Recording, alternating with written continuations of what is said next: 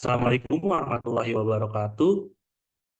Saya Lufka Al-Fatih, NPM 104-12105 dari Fakultas Hukum Universitas Islam Bandung, di bawah bimbingan Bapak Dian Alan Setiawan.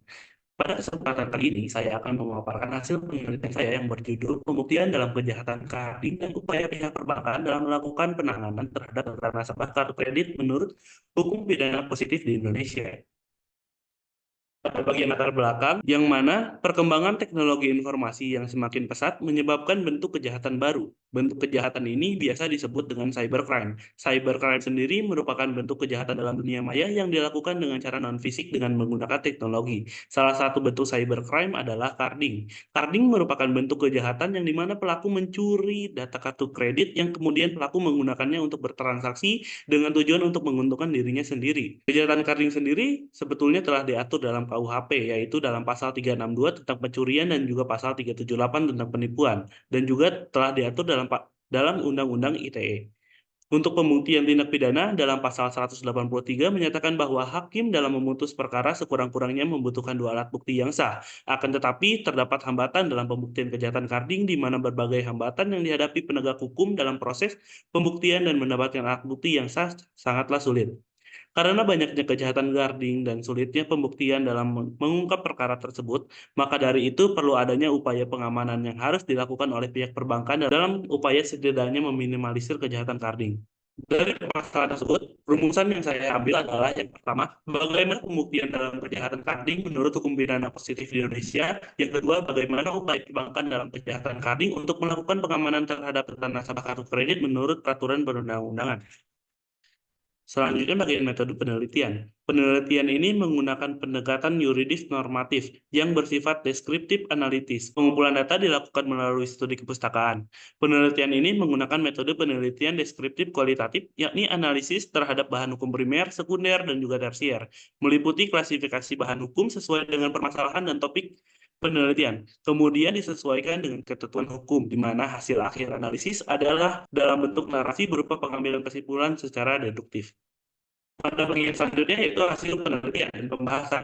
Kemudian kejahatan coding saat ini sangat sulit untuk dilakukan dalam teori pembuktian Indonesia mengenai teori pembuktian secara negatif. Hal ini berdasarkan pasal 183 Kitab Undang-Undang Hukum Acara Pidana yang menyatakan bahwa dalam memutus perkara, hakim sekurang-kurangnya membutuhkan dua alat bukti yang sah untuk memutus suatu perkara. Akan tetapi, terdapat beberapa hambatan yang dihadapi. Faktor-faktor penyebab sulitnya pembuktian dan kejahatan coding di Indonesia yaitu yang pertama, menempatkan alat bukti yang sah berdasarkan pasal 184 Kitab Undang-Undang Hukum Acara Pidana cukuplah sulit.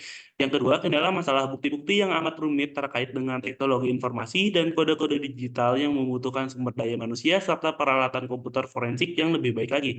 Selanjutnya, banyak saksi korban maupun tersangka yang berada di luar jurisdiksi hukum Indonesia, sehingga untuk melakukan pemeriksaan maupun penindakan amatlah sulit. Belum lagi, permasalahan yang ada adalah si korban kebanyakan berada di luar negeri, sehingga sangat menyulitkan dalam melakukan pelaporan dan pemeriksaan untuk dimintai keterangan dalam berita acara pemeriksaan saksi korban.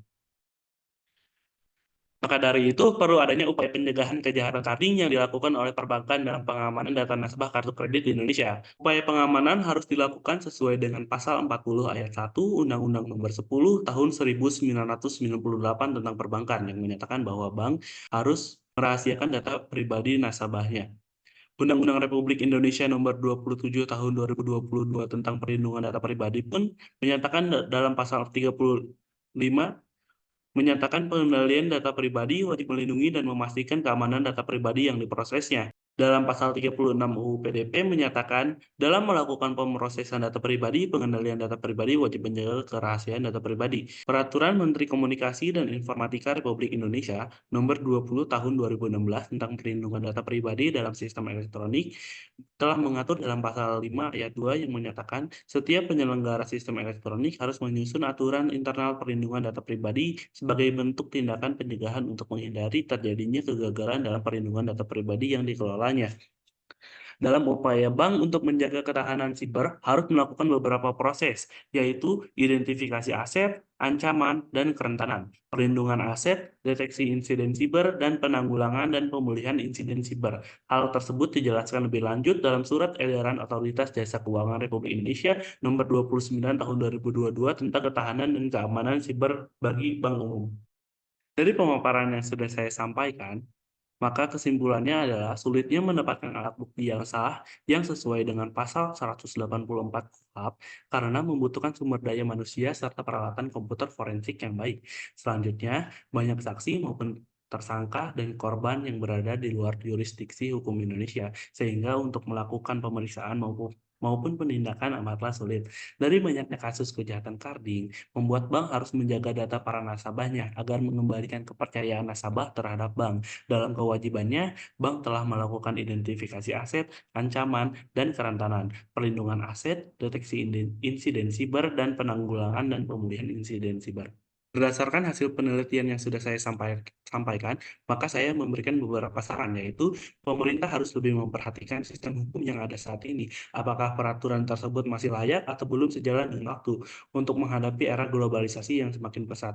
Yang kedua, meningkatkan pemahaman dan keahlian aparatur penegak hukum tentang upaya pencegahan, investigasi, dan penuntutan perkara-perkara yang berhubungan dengan cybercrime. Yang ketiga, pengaturan hukum penjara dan denda yang terkait dengan kejahatan carding seharusnya dirancang dengan menekankan aspek pembelajaran yang positif. Ini akan memungkinkan pelaku kejahatan kartu kredit untuk dididik dan memperoleh pengetahuan yang bermanfaat yang dapat digunakan oleh penegak hukum dan pihak perbankan untuk mengungkap dan memerangi kejahatan kartu kredit lainnya. Yang keempat, memperkerjakan para hacker yang bertujuan untuk membantu mengetes dan memperkuat sistem keamanan jaringan yang ada, sehingga tingkat keamanan terhadap jaringan internet yang ada di Indonesia bisa terus berkembang. Yang kelima, dalam proses transaksi menggunakan kartu kredit seharusnya menggunakan autentikasi kode, menggunakan SMS atau email yang sudah didaftar oleh nasabah. Dalam hal ini akan mempersulit pelaku untuk menggunakan kartu kredit tersebut.